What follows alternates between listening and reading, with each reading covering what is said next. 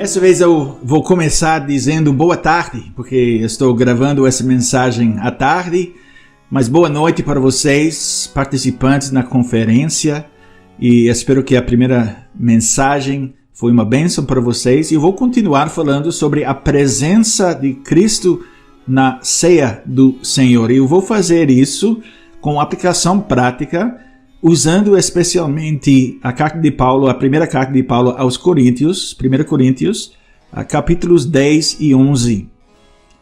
E o que especialmente é instrutivo para nós é o contexto das palavras de instituição da Santa Ceia que nós lemos em 1 Coríntios 11. Palavras que nós lemos nas igrejas reformadas cada vez que celebramos a ceia. Porque esse contexto mostra que nossa doutrina da presença espiritual de Cristo na ceia e a união que temos com Cristo na ceia não é somente uma coisa mística, para assim dizer. Não é um sentimento de unidade com Cristo que temos dentro de nós, que nos faz sentir uma certa maneira, que leva a uma certa emoção. É algo que nós fazemos praticamente, é algo físico, é algo bem, podemos dizer, terreno. A união que temos com Cristo na ceia é a união que vivemos com nossos irmãos em Cristo. E isso mostra que a doutrina da ceia é muito mais do que algo para debater, um assunto teológico para debater, para pessoas que gostam de questões teológicas, debates. Num certo sentido, é um mistério que aceitamos e abraçamos, mas é um mistério que tem resultados bem práticos e deve ter resultados bem práticos. Em 1 Coríntios 11, nós lemos sobre o fracasso dos coríntios na celebração da ceia. E é interessante ler aquele capítulo à luz da história romana, sabendo um pouco mais sobre os costumes daquela época. E eu encontrei um livro escrito por Plínio o Jovem, que fala sobre a experiência de ser convidado para jantar na casa de um homem rico e orgulhoso. E ele escreveu, ele disse, os melhores pratos eram reservados para ele e poucos outros dos seus convidados. E as sobras foram dadas aos outros no jantar. O anfitrião dividiu o vinho em 3 garrafas pequenas, não porque ele queria que seus convidados tivessem uma escolha, mas para impossibilitar isso, para que eles não poderiam recusar o vinho ofertado. Uma porção foi destinada para ele e para nós, uma outra para os amigos menores, porque todos os amigos dele são classificados, e a terceira para os servos, para os escravos. Então, quando a primeira carta aos Coríntios foi escrita por Paulo, a tradição de hospitalidade no Império Romano era assim. Jantares foram hospedados pelos ricos, porque somente os ricos tinham o espaço necessário para ter eventos nas suas casas. Provavelmente houve espaço para 10 pessoas no máximo, numa sala de jantar, numa casa média. E essas 10 pessoas reclinariam confortavelmente ao redor de uma mesa cheia de muitos tipos de comida exótica, de toda parte do mundo, comida importada. Mas os outros convidados teriam que reunir-se numa outra sala, onde eles receberiam comida de péssima qualidade, ou pior qualidade, pelo menos, sobras, ou até absolutamente nada. E a desigualdade foi enfatizada pelo fato de que os convidados fora da sala de jantar teriam que comer de pé ou talvez assentados. E nós pensamos, comer assentado é normal, mas na época, uma vergonha. E esse tipo de comportamento não era hospitalidade real. Mas é o que estava acontecendo na igreja em Corinto. Nós lemos em versículos 20 a 22, a 1 Coríntios 11. Paulo escreveu, quando, pois, os reunis no mesmo lugar, não é a ceia do Senhor que comeis. Porque ao comerdes, cada um toma antecipadamente a sua própria ceia. E a quem tenha fome, ao passo que há também quem se embriague. Não tendes, porventura, casas onde comer e beber? Ou menosprezais a igreja de Deus e envergonhais os que nada têm? Que vos direi? Louvar-vos-ei. Nisto certamente não vos louvo. Em outras palavras, aqueles que tinham os recursos financeiros, os ricos, poderiam organizar uma festa pessoal, levar para a casa do anfitrião, não pensando nas necessidades dos outros, não compartilhando com os outros, até com os pobres. No final, alguns membros permaneceram com fome e com sede, sem comida, sem algo para beber, enquanto os outros estavam celebrando, satisfeitos com uma abundância de comida e bebida. Então Paulo começa essa discussão dizendo: nisto, porém, que vos prescrevo, não vos louvo.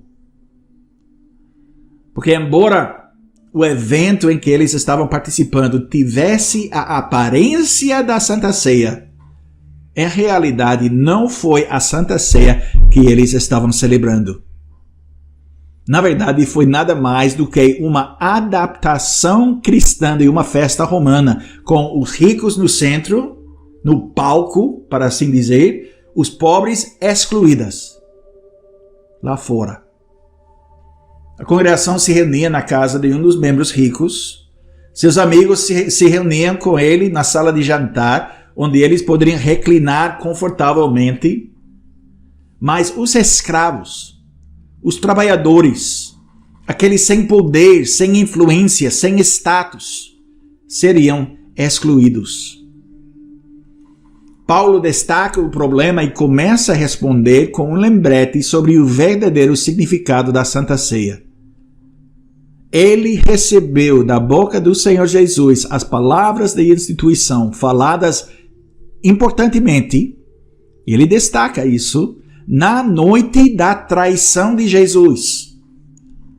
Paulo lembra os coríntios do contexto histórico das palavras de Jesus e também do seu significado para aqueles que queriam participar nessa refeição simbólica.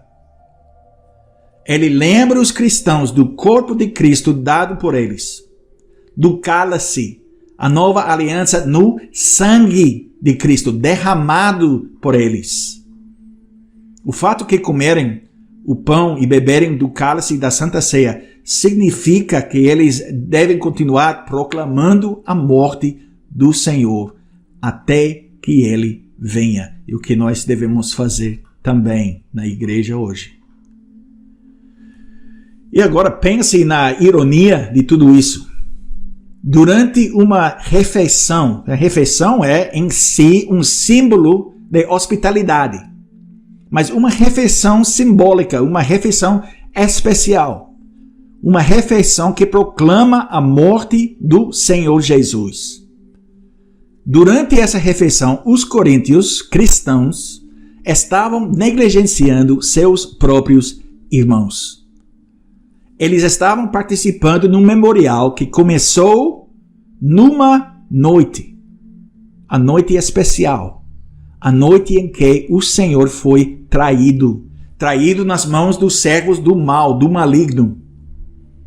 Um memorial, essa refeição, para lembrar o sacrifício que o Senhor Jesus ofereceu por eles. E agora, eles estavam devorando a sua própria comida, enquanto os pobres irmãos olhavam de longe, não renunciando qualquer privilégio por causa dos seus irmãos na fé. E agora imagine a primeira leitura desta carta na igreja em Corinto. Os ricos, os poderosos estavam lá ouvindo. E talvez esse assunto, os problemas com a Santa Ceia, poderiam ter sido algo que eles nunca sequer consideravam. Talvez eles estavam ouvindo, tendo nunca pensado que houve um problema. que eles não deliberadamente maltratavam seus irmãos com malícia ou egoísmo, mas que esse comportamento simplesmente era considerado algo normal, uma parte normal da vida em Corinto. Mas agora Paulo revela o verdadeiro horror da injustiça do seu tratamento dos seus próprios irmãos. Em Cristo, as pessoas assentadas ao redor da mesa de comunhão com Ele não são divididas em grupos de rico, pobre, classe alta, classe baixa, respeitável, marginal. Todos nós, todos os participantes, somos os pobres, os aleijados, os cegos, os coxos. Nas palavras de Lucas 14, todos nós, nessa parábola da grande ceia, todos nós somos aqueles encontrados nos caminhos e atalhos e convidados pelo banquete. As distinções do mundo não têm lugar ao redor da mesa do Senhor, porque não existe favoritismo com Deus e deve não existir favoritismo dentro do corpo de Cristo também. Todos nós somos incluídos por Cristo, com Cristo, em Cristo, apesar da nossa indignidade. E esse era e permanece o aspecto central da celebração da Santa Ceia. A restauração dos relacionamentos verticais, nós podemos dizer, o relacionamento entre nós e Deus Pai, restaurado em Cristo Jesus. Mas, central ao sacramento, essa refeição de comunhão, esta refeição simbólica, pactual, refeição simbólica da aliança, era e permanece a restauração dos relacionamentos horizontalmente. Os relacionamentos entre nós e nossos irmãos, nossas irmãs. Em Cristo, ninguém pode ser deixado fora. Não existem cidadãos de alta classe no reino de Deus com mais direitos, mais privilégios do que aqueles da classe baixa. Porque em Cristo somos unidos, somos um. Nossa celebração da Santa Ceia é a comemoração visível, tangível daquela unidade. Então, quando os coríntios celebravam a Santa Ceia da maneira errada, e quando nós celebramos a ceia do Senhor sem vivermos a unidade que temos em Cristo, a união com o corpo de Cristo, numa maneira real, numa maneira prática, nós estamos fazendo mentira da ceia do Senhor, uma charada. Então não é a ceia do Senhor que comemos, é uma imitação pálida da verdadeira celebração. E por isso Paulo acrescenta uma advertência. Ele diz, aquele que comer o pão ou beber o cálice do Senhor indignamente será réu do corpo e do sangue do Senhor. E ao fazer um escárnio da ceia, brincando com a ceia, os coríntios estavam se alinhando com os próprios inimigos do Senhor Jesus, aqueles a quem ele tinha sido traído naquela noite.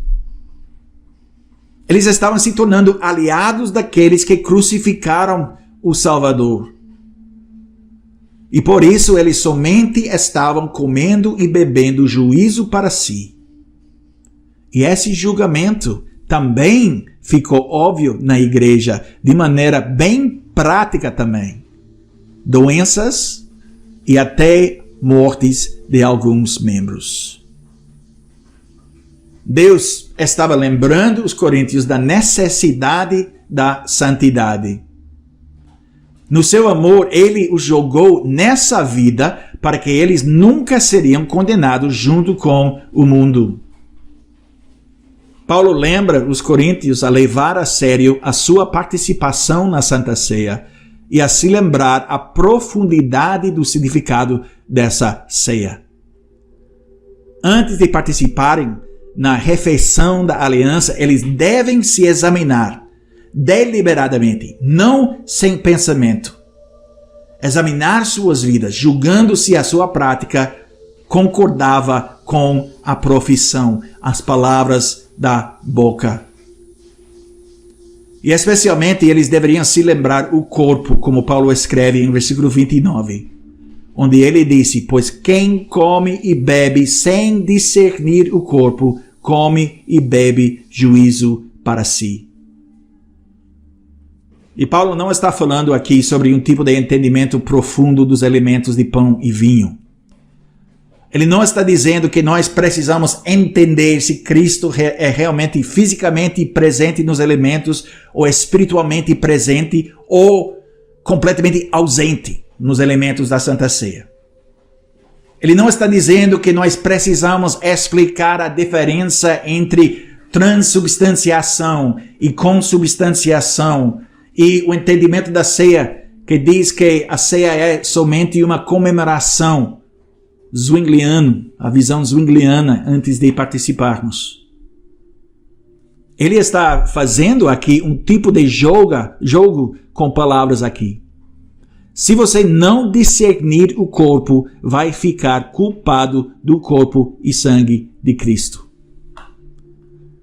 Em outras palavras, se você não tem o corpo de Cristo, a comunidade da aliança, a igreja, seus irmãos, suas irmãs, se você não tem o corpo de Cristo na mente quando celebra a Santa Ceia, se você não está vivendo em amor para com os irmãos, mostrando esse amor de uma maneira prática em relação com os irmãos, sua participação na ceia é, como eu disse, uma charada e praticamente uma expressão de uma mentira.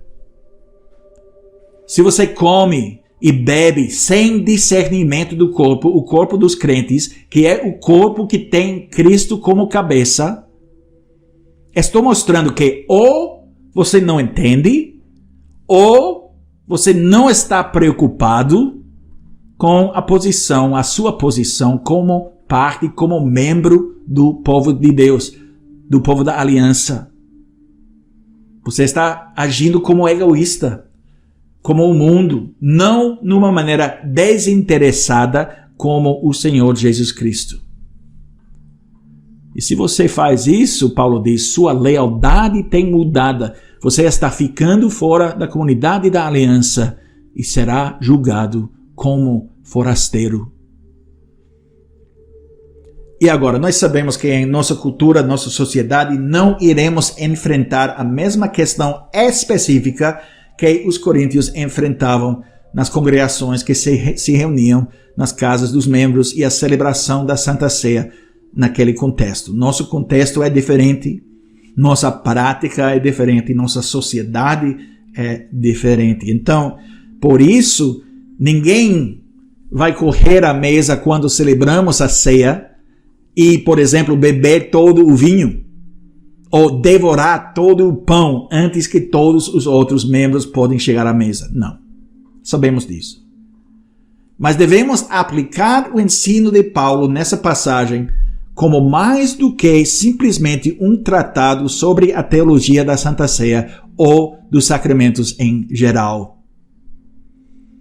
Precisamos, em outras palavras, evitar o erro do jovem calvinista que usa toda a doutrina para mais uma desculpa para brigar, para mostrar o conhecimento da filosofia, da teologia sistemática e todas essas coisas.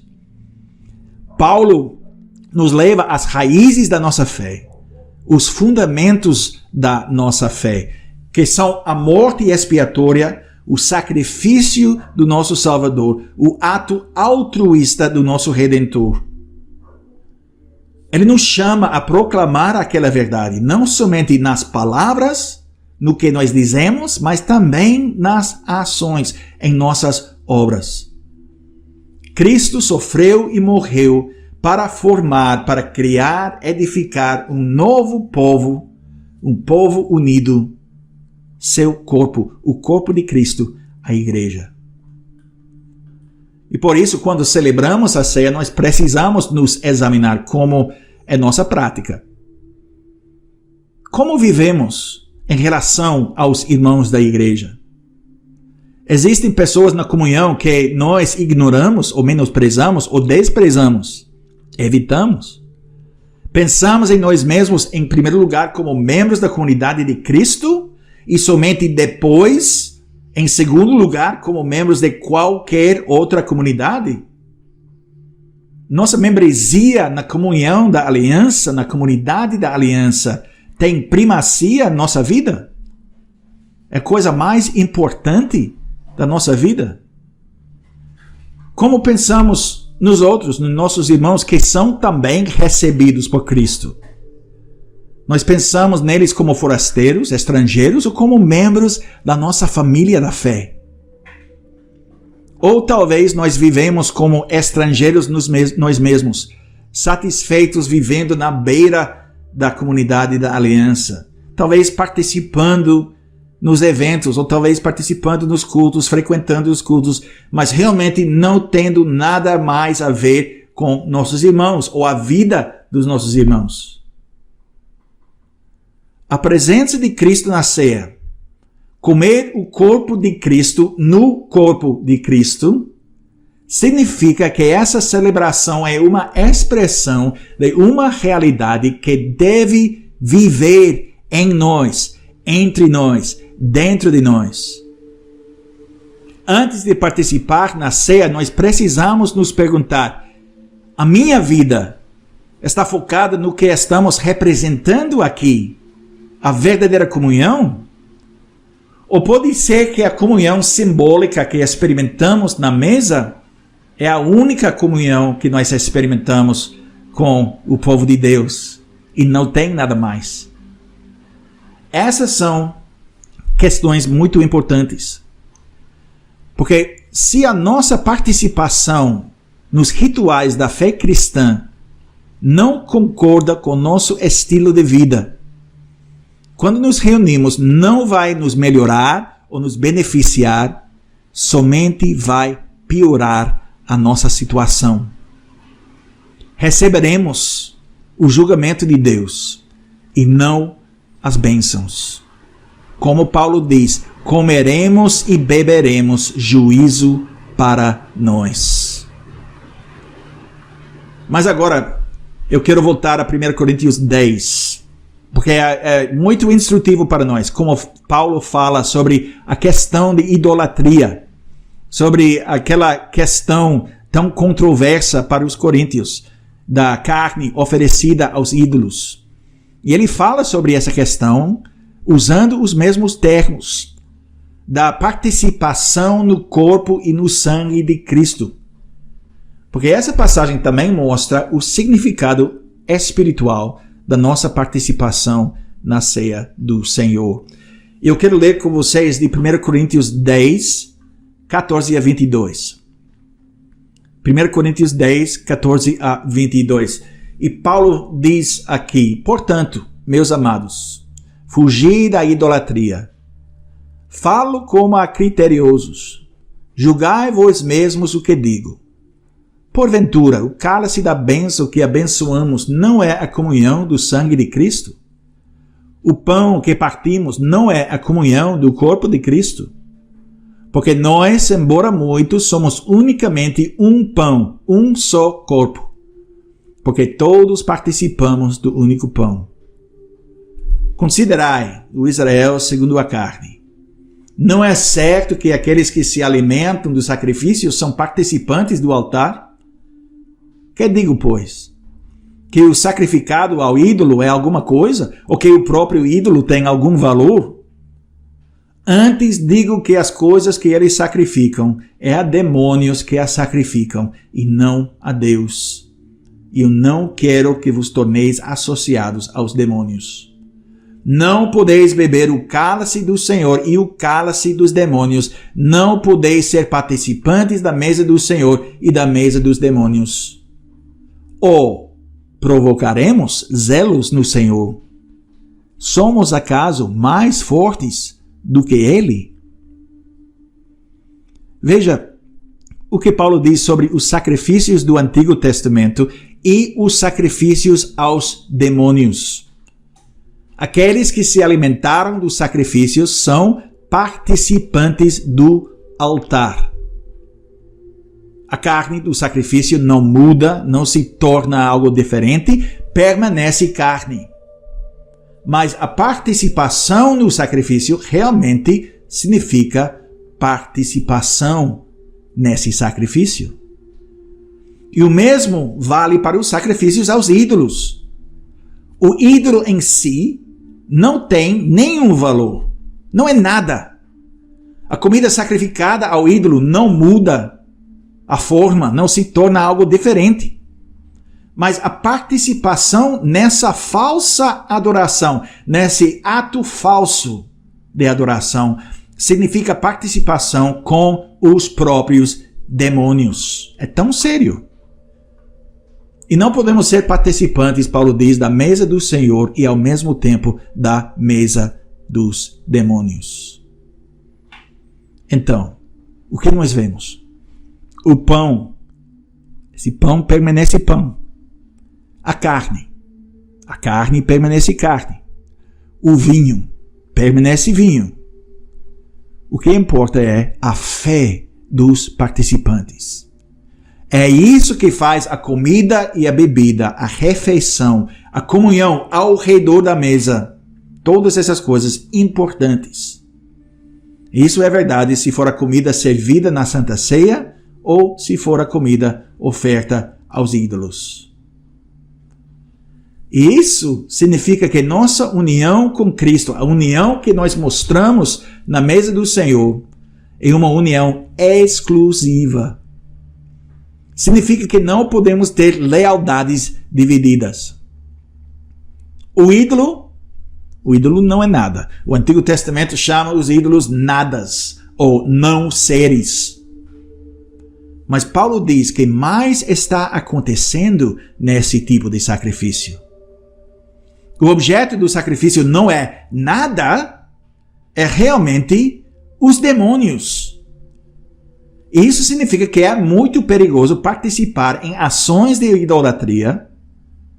É muito perigoso tentar viver com lealdades divididas. Não podemos viver em união com Cristo enquanto, ao mesmo tempo, tentamos manter um tipo de união com o mundo. Nossos vínculos com o mundo nunca deveriam se tornar rivais ou desafiadores de nosso vínculo a Cristo. Não existe, não pode existir uma via média. É tudo ou nada. Um compromisso incompleto com Cristo não pode ser compromisso verdadeira de forma alguma. Se somos unidos a Cristo e a Santa Ceia serve como selo daquela união, nós devemos mostrar santidade, integridade, pureza do coração, como Cristo diz nas bem-aventuranças. Uma única lealdade. Lealdade a Cristo, que se torna especialmente evidente em nossa lealdade aos nossos irmãos. O processo de nosso autoexame, devemos avaliar nossa vida à luz dessa responsabilidade, dessa realidade. Mas após esse autoexame, nós devemos ser levados ao arrependimento. Nosso foco não pode permanecer em nós mesmos. Será orientado ao lugar onde o apóstolo Paulo direcionou o foco dos coríntios, a cruz, ao corpo de Cristo quebrado por nós, ao sangue de Cristo derramado por nós. E aí, naquele lugar, diante da cruz, iremos nos conhecer corretamente. Nos conheceremos como indignos destinatários da graça de Deus, do auto-sacrifício do nosso Salvador. Nos conheceremos como pessoas que precisam tudo, absolutamente tudo, 100% de Deus.